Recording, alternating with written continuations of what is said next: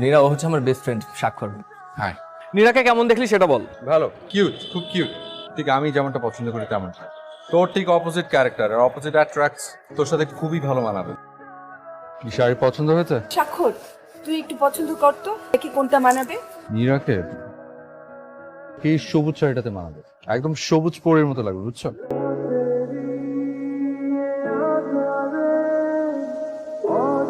মন খারাপ? কিভাবে বুঝলেন? মন বুঝেন আপনি?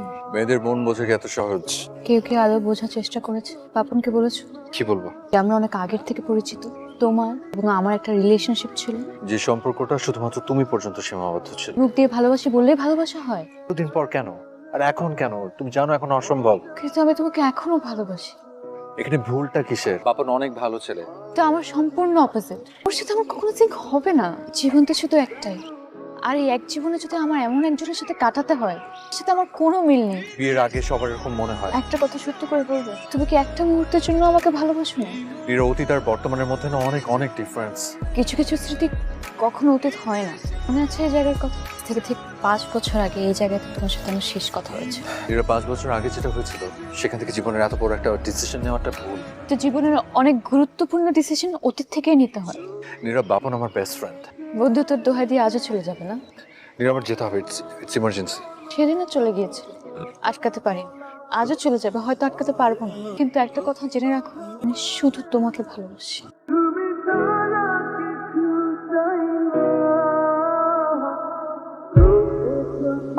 মন খারাপ? কি হয়েছে বলো? নীরবের স্কলারশিপটা হয়ে গেছে সুইডেনে। আমার ড্রিম ছিল এটা, কিন্তু কেন জানি খবরটা আসার পর থেকে একদম ভালো লাগছে না। মনে হচ্ছে সবাইকে ছেড়ে বিদেশে পড়ে থাকবো, ওটা খুব খারাপ লাগছে। তাহলে যেও না।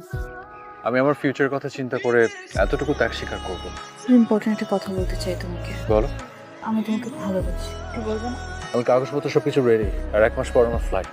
Excuse me. আমি ওখানে পড়ে থাকবো, তুমি এখানে। আমি লং ডিস্টেন্স রিলেশনশিপে বিশ্বাস করি না। ভালোবাসি না, সেটা আলাদা কথা, কিন্তু আজে বাজে অজুহাত দিও না আমাকে। গেলে আমি কষ্ট পাবো। আমি তোমাকে পছন্দ করি, কিন্তু এই মুহূর্তে আমার ক্যারিয়ার আমার কাছে ইম্পর্টেন্ট। আমি আমার লাইফে কোনো পিছু টান চাই না। তোর মতো ভালোবাসি বলে আচ্ছা তুমি আমাকে পিছু টান বললে? আমি যেতে হবে, আমি যাই।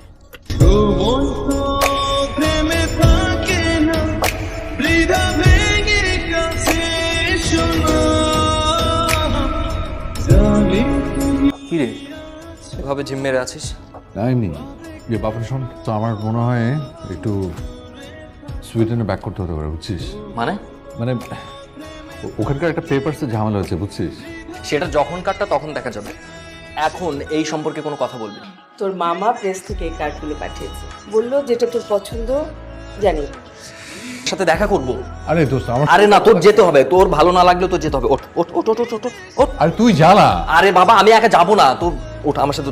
এটা তোমরা স্বাক্ষরের চয়েস দেখেছেন। আচ্ছা স্বাক্ষর চলো ঠিক, আমরা কিছু কেনাকাটা করবো, তুই আমাদের সাথে চল। ওরা তোর জানা সাথে আমার একটু কাজ আছে, আমার থাকতে হবে।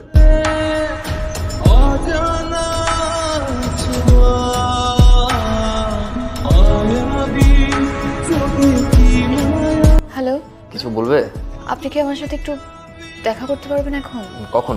এখনই? জি, মানে একটু আর্জেন্ট তো। তো কিছু কেন বলছি, বাপ তোর বন্ধুই আপনাকে এতদিন কিছু বলে নাই কেন?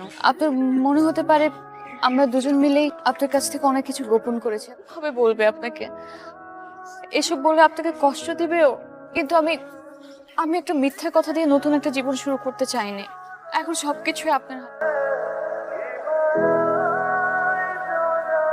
পালাচ্ছিস? মানে বললাম না আমার ইম্পর্টেন্ট কাজ আছে। আবার মিথ্যা?